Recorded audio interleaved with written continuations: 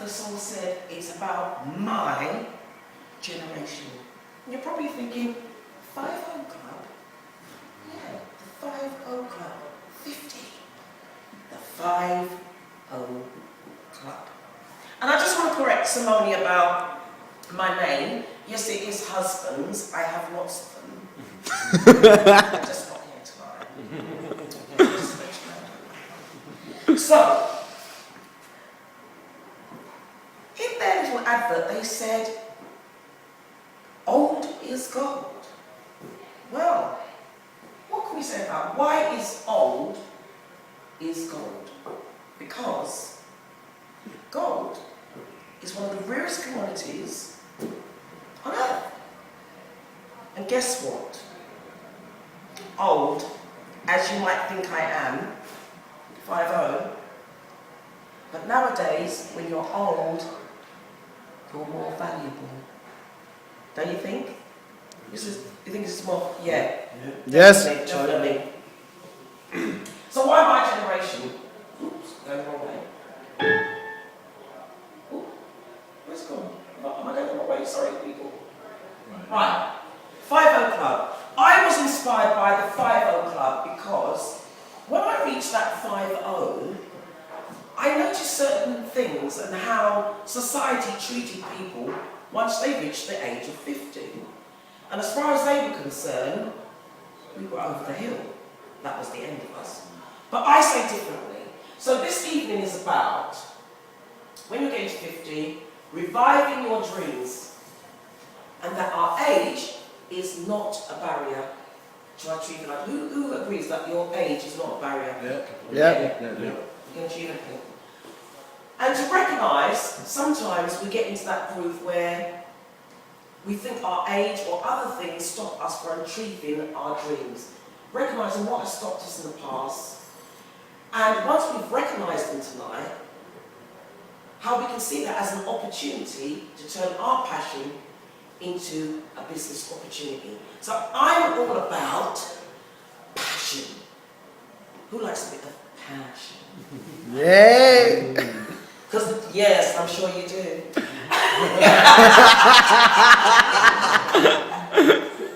Because for me, passion, when you're passionate about something, you live it, you breathe it, you speak about it all the time. It just goes through your body, you're excited about it. You just become a different person when you talk about passion. So I'll just give you a little bit of background about me. My 3 passions: music, dance and sport. From a young age, one of the things I was always doing was dancing. So family entertainment, weddings, we didn't have bar mitzvahs, but we had christenings and weddings. And Shirley was always dancing. Oh, I keep doing the wrong way, sorry. And these people were my heroes. Shirley Bassey, that's me. And I love Gene Kelly because he danced with passion. I love Fred Astaire because he had so much style and he danced with passion. Everything they did when they moved, it was with passion. With Jackson 5. Bless. They did things with passion. And that's why they became so well known. Because they were passionate about their entertainment and their singing. And there's me, because I'm passionate about sport. I was a netball player, and loved it. I love anything to do with sport. So those were my 3 passions. Then, one of those, because I loved sport, I became a teacher. Now, how many people would agree that sometimes we end up in a career because our parents wanted us to do it? Or we did something because our family and friends wanted us to do it. And we never did the thing that we wanted to do. Yeah. So I became a teacher. And I became a teacher because I loved being with people. And I did that for 23 years. Now don't get me wrong, I love children, I love educating, I love motivating people. But then something happened.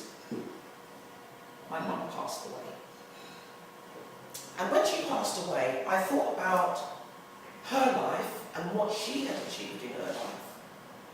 Her coming from the Caribbean, coming over here to new land, getting married, having children. And I thought about, I wonder what she wanted to do.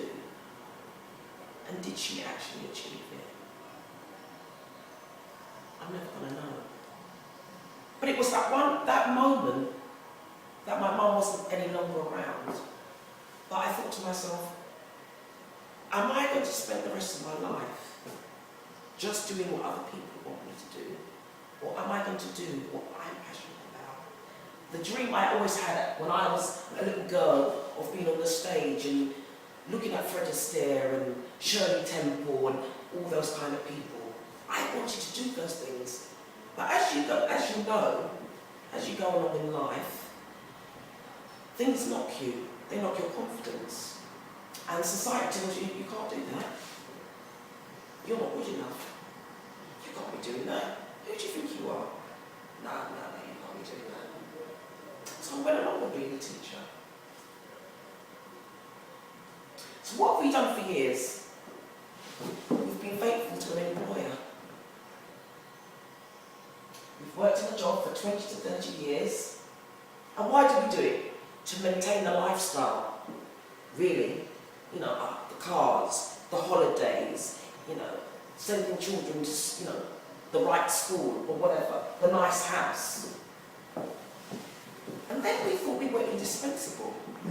Because, you know, sometimes when you're comfortable in a job, yeah, you think, I've made it now. You think that, you know, I'm the be-all and the end-all. And you never think about where you can move to. And then they say, see you later. They make you redundant. Or we need to, you know, cut costs. And who's the first person to go? The older person. We were led to believe that we had a job for life. Didn't we? I'm talking to the older people in the audience. Yeah. We were led to believe that once you got a job, that was it, you had it for life. Yeah. Mm-hmm. And we went along with that. But then we found ourselves living to work and not working to live. So we just went to work, the same routine, day in, day out, week in, week out. And it didn't matter who you worked for, you were doing the same thing like somewhere else. Who's agrees with that? Definitely. That looks like me. Trapped to the box. And that's how I felt. I felt like I was trapped in a box. You know, you can't move one way or the other. And then people were telling you, you can't do stuff. Stay in your box. I want you to stay in your box. Didn't feel good to me. And then we had the economic downturn. And that just turned everything on its head. Then we had redundancies, unemployment, early retirement. And how did that affect the 50-year-old? Because they were the first ones to be made redundant. They found themselves unemployed when they thought they had a job for life. And some of them was told, take early retirement. What are you going to do next? Early retirement? You had a plan for the early retirement bit.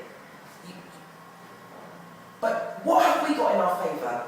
Experience. We've got skill.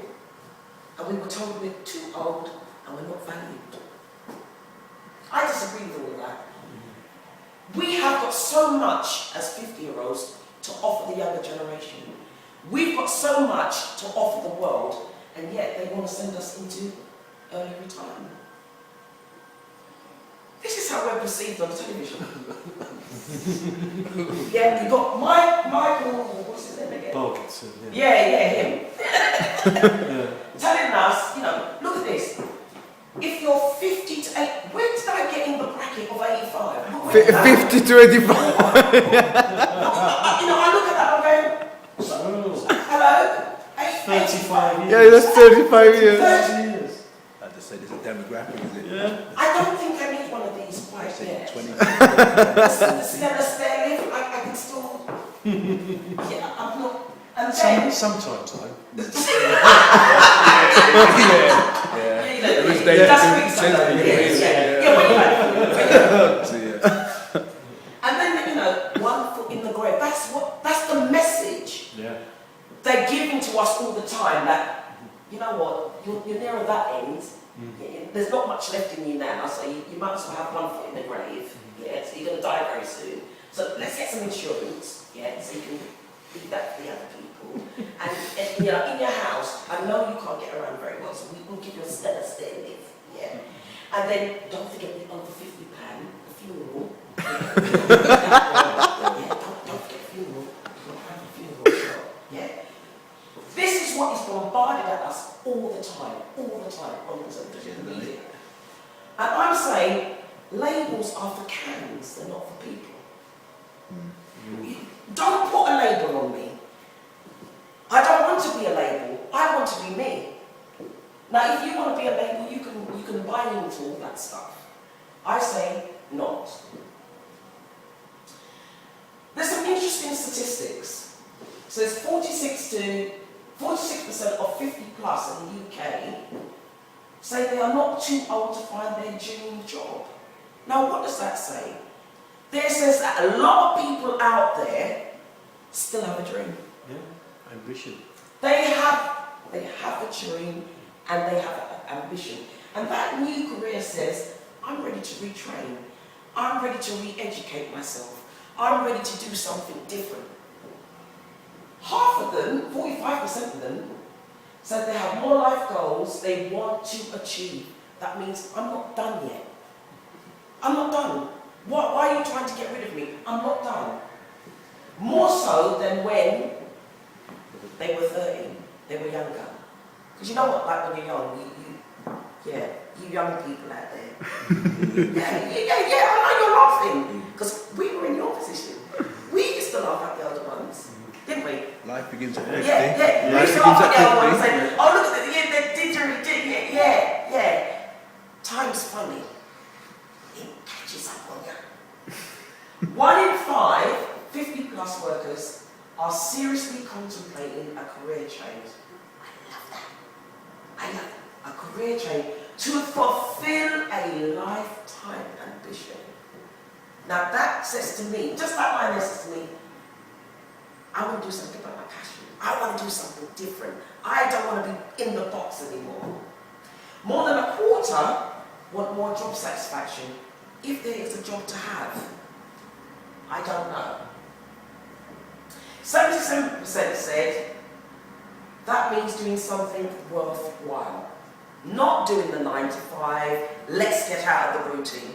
Let's be me. And look, the ones that are retired, they want to learn something new. I want to learn something. Who wants to learn something new? Yes. I always want to learn something new. Never too old. Experience something different. Go somewhere different. Have something to talk Get about. out of that box. Get out of the box. The only way, as far as I'm concerned, is up. Who likes cartoons? Yes. I love cartoons. Young at heart.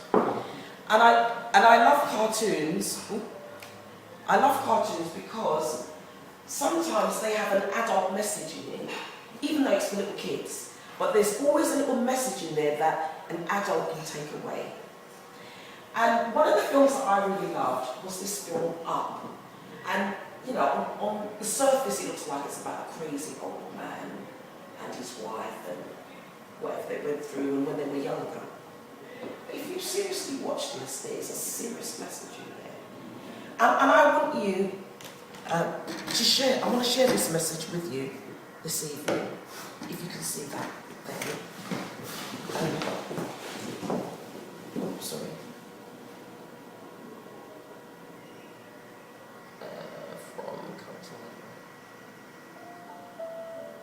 His wife had this dream. They both had this dream. And they didn't accomplish it together. because life took over. Things just got in the way. You've always got a house to repair, the car to do this to do, that to do, and as you keep doing that, the years just flicker away, and then there's that realization moment. I haven't done the thing I really wanted to do until it was too late. You can't get it back. It's gone. And for me, that's why you need to ask yourself, if not now, when? If you can't make a decision tonight about anything in your life, when is it going to be? So, at this point, we're going to do a little interactive exercise. Nothing too strenuous, nothing too taxing. And we're going to have a look at find your passion, and we're going to have a little passion test. Now, the originator of this test is called a woman called Janet Atwood. And she developed this test where she's trying to draw out of people what they really are passionate about and how they can take that passion and go and live it. I've adapted it a little tonight, so we can just have a little taster because of time constraints. So, do I have your permission to interact with you? Yes. Yeah, thank you so much, So, this little exercise, and I'm glad there's just the right amount of people, because I need you to have a partner. And I think you two should team up with each other. Oh, actually, it doesn't actually matter. Yes, because I don't want father and son. Yeah. So, can Dale and Yeah, I'll sit down. get together? Right, so we've got one of these each. Okay. Right, and we're going to be doing exercise 1. Are you going to participate? Yeah. Right, so there's on the sheet, it says, write down, exercise 1, write down 5 things before you start. Not me. Before you start. And You will get, I will give. okay. I will give. Write down 5 things you were good at as a child. Now, before you even put anything on the paper, let me just say at this point, it can be anything. So if you were really good at hiding Granny's teeth, you need to put it down. Yeah? If you was the one that was playing knockdown ginger, you can put that in. What was that? Knockdown ginger was a game. Yeah. Okay. You would understand this for 15 I think minutes. there's an exercise. Pardon my ignorance. I don't know it. It's because I'm from another country. That's my excuse. We're going to play it later. Right. Oh, yeah. So I want you to really think about when you were younger, was there something that you were really good at? Okay? And once you've written down your 5 things, I then want you to share it with your partner. Okay? Thank you. Oh, you're a dancer. Ah. And he's... so somebody, have you followed that through? Yes, indeed. Okay, and tell me one thing about Ben that he was good at when he was younger. Okay, well, listening to people. And are you following it through? Definitely. Okay. Okay. Jeff. Jeff. Tell me one thing with Dell. Sewing, interestingly, great story about changing buttons on his jackets, making them look like they were different, and then the mate's going, "Oh, you've got a new jacket on, mate. It's really cool." So it was a good one. Right, has he followed through? Not so much, because now he's got a bit of money, he tends to buy it rather than do and make do when you're younger. But at one stage, the dream was to be a tailor. Fantastic. And talk to us about Jeff. Well, 2 things that strike me about Jeff. One was his love for homework as a young man. He absolutely loved homework. Yeah. And secondly, he's taken on a passion now that I've always had a passion for, which is cooking. Right. That's fantastic. Now, you've done that little exercise, and does anything ring home true that something that you felt in yourself when you were younger, that you are followed through now, coming through to an adult? Is there anything on your list that you would say, I felt it then and I'm still feeling it now? Yeah, definitely. Okay, what have you got, Simone? Oh, I got most of them. I got comforting people, Okay, bring people together, yeah. speak and talk to people. I got Right, so, and that's always been with you. You just knew. Yeah. And what about you, Jeff? Sport, still there. Perhaps not as much as a participator now, but very much. Get so much through sport, interaction with other people, very social. Very social. Okay. Ben? Listening to people. Yeah, I've always been people's go-to guy with that stuff, and that's why I ended up finding myself on coaching. Right, there you go. And Dale? There's one thing I didn't mention, a passion for music. And I still have. Yeah. From sort of mid-teens onward, I bought my first sort of single at 14 years old. What was that? Oh, so we're on the spot now. You're on the spot. It was a reggae track. It's a Oh. 7-inch reggae track. And then the passion just, as they say, just grew from there. Yeah. And I never looked back. And I still got a vast collection now. Oh, fantastic. Right. So, what does that say to us? That in here, in spirit, there is something already innate in us that's told us this is where you should be going. Yeah? But what we've listened to the outside influences and voices, and we've pushed this one down, and then the other ones grow. Yeah? So, next exercise is, there's some questions on there. This is how we're going to draw out your passion.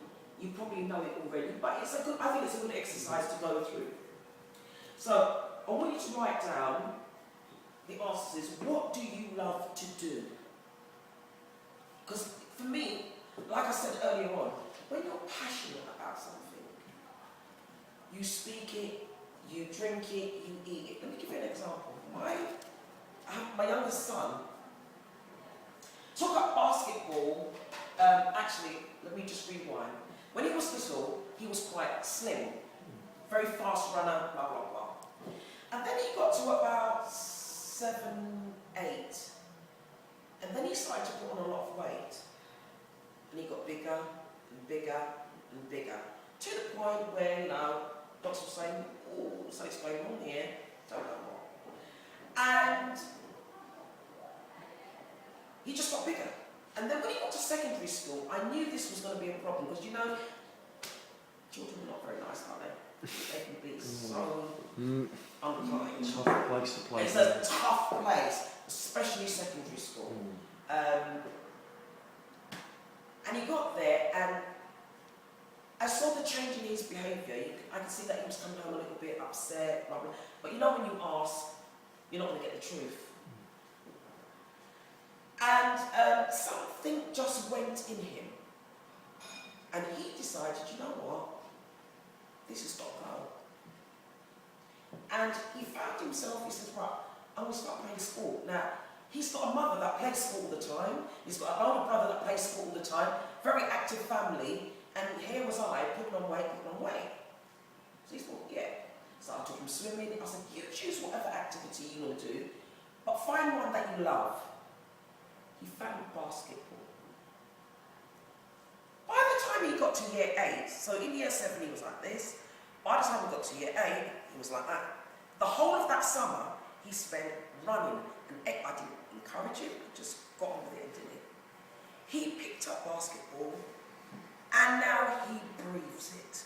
Like you said, Ben. He breathes it. He drinks it.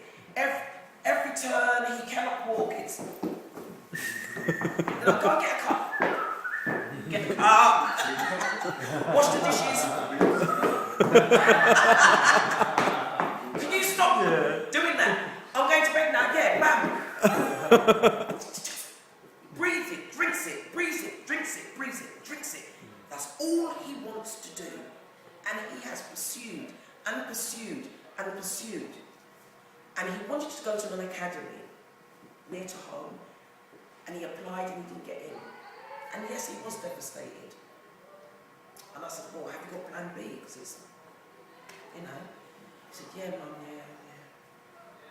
yeah. Then all of a sudden, he says, Mum, what are you doing next Tuesday? I said, why? So because I've arranged an interview, I've got an interview and I've got a trial for another academy, but it's in Uxbridge. And I went, oh, okay. And we went, and he got in. That is somebody following their passion. They were not going to be satisfied until they got what they wanted. And I was taken back by it because I thought to myself, here is a young man who didn't allow his circumstances, you know, how he looked, but he worked and he worked and he worked and he pursued. And I wish him the best of luck at his academy, which he starts in September. So not to detract you from your little thing, your exercise, I want you to do now, what do you love to do? What kind of environment do you love to be in? What kind of people do you love to be around? What exercise gets you charged up? What are you good at? What do you seem to do better than most people? Now if that question is there, what do you do that is second nature that you don't even think about it? It's like, you know, when you ride a bike, you just get on it and you ride. You don't even think about it, you don't have to think about the pedals, you just do it. What is it you do that is second nature to you? Yeah. Drum and bass. Yeah. Fun, and then the censored one, but we've got no under 18s here, girls and slash sex. Ooh, I say. He's passionate about now. Is lashing girls? Okay, sorry. I didn't get it. Okay. Yeah, it's like... This is for the editing. This goes on YouTube, yeah? Being honest. Okay, Dale, what's your top 5? Well, mine might sound a bit more serious. I did start with some silly ones, but... Stop. No, however, I need to stop you there. The fact that you said serious and in the same breath silly. Why would you... No, not even why. Well, look, there you go. That was right. Yeah, so Right. it was one of those moments. Okay, go ahead. For me, I'm still trying to attain time freedom, right? Spiritual enlightenment, knowledge and understanding, and peace of mind. And I've still, a passion of mine, I've driven a racing car and fly a plane. Cool. Yeah? That's that. I like that. Oh, the flat plane. That's excellent. Jeff. My first one was to follow English sports teams around the world.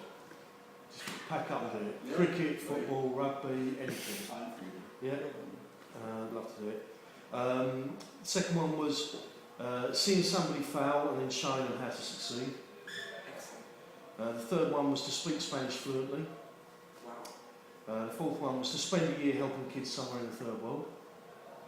And the fifth one was to walk across Mount Cook National Park, which is in New Zealand. Okay, excellent, excellent. And Simone, what about you? Okay, then I got... Dancing. Again.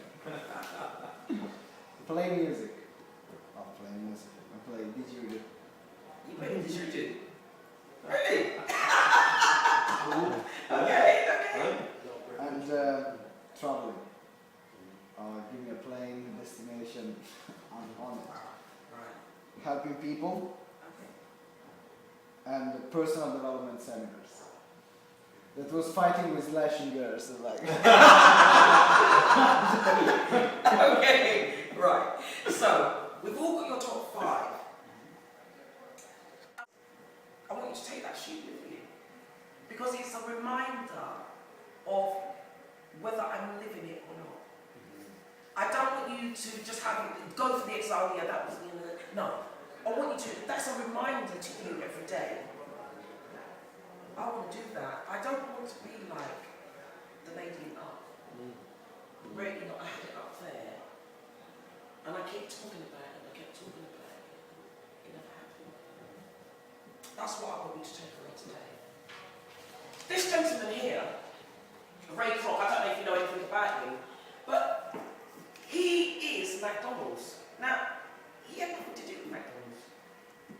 He just happened to be a salesman selling some milkshake maker.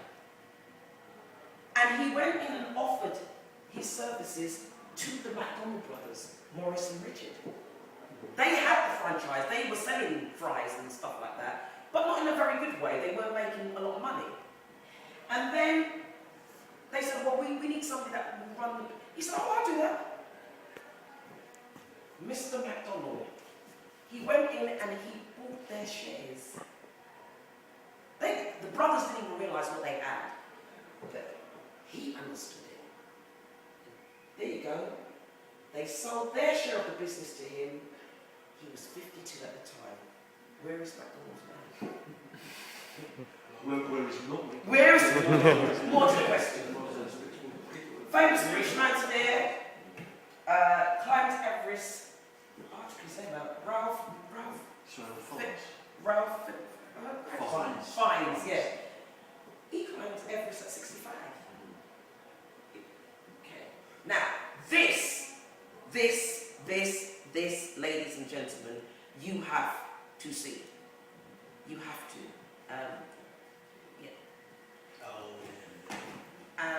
If you can see that there, passion. So, age is but a number. So, I'm asking you now, what's next? What's next for you? The person born with a talent they are meant to use will find their greatest happiness in using it. We are at our very best and we are happier when we are fully engaged in work we enjoy. On the journey towards the goal we establish for ourselves, it gives meaning to our time off and comfort to our sleep. Oh my God, I love this. And I say, be true, your true, authentic self. Be you. Because people will appreciate when you're you and not, pretending to be something else. So what's stopping you? Fear is vividly imagining exactly what you don't want to happen. What can I tell you? What can I tell you? So, here's my journey. Decided I wanted to do something different. Joined the Speakers Club. I thought, motivational speaking. I must meet all these people. Oh, there's me and Les Brown. Woo! I'll take a photo. There's me and Brian Tracy. When I listened to him, then I went and did some NLP. Richard Brandler. Met this lovely lady from Ireland. Then I said to myself, I need to take myself on a real speaking thing. And I flew to America, to Florida. On my 50th birthday, I decided I'm going to do me. And on that morning of being 50, I was in Egypt sitting by the Nile eating breakfast. And I said, yes, because I've always wanted to go to Egypt, I'm going. And I ended up there. I spent a week in Egypt, flew back to England, went on to the next terminal, got back on the plane, and flew over to Florida. Dr. McNeil is really big in America, and he does lots of speaking, teaching, mentoring people to become speakers. I wanted to do one of his courses. That's me and him, and my certificate, and that was the rest of the people that were on the thing. And like I said, I joined the Speakers Club, and that's me there last year getting my president's medal. Woo! So I've been on the journey. So I'm living it. I'm living it now. I'm speaking to you here tonight. I'm not holding back anymore. I'm being the authentic me. And I say, express yourself. Everyone has a gift. But some people never open the package. Some people, I just want to play this. I said I love music. Got it. Music just has to be, music and me. And so all my presentations have to have music in it. So when I say express yourself,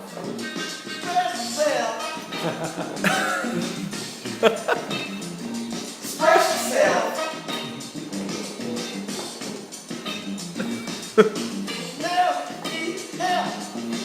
Nobody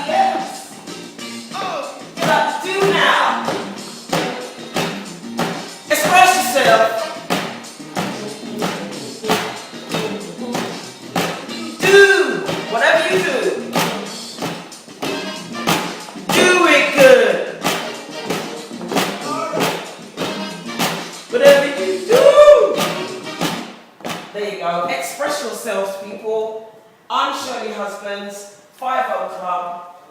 Thank you very much.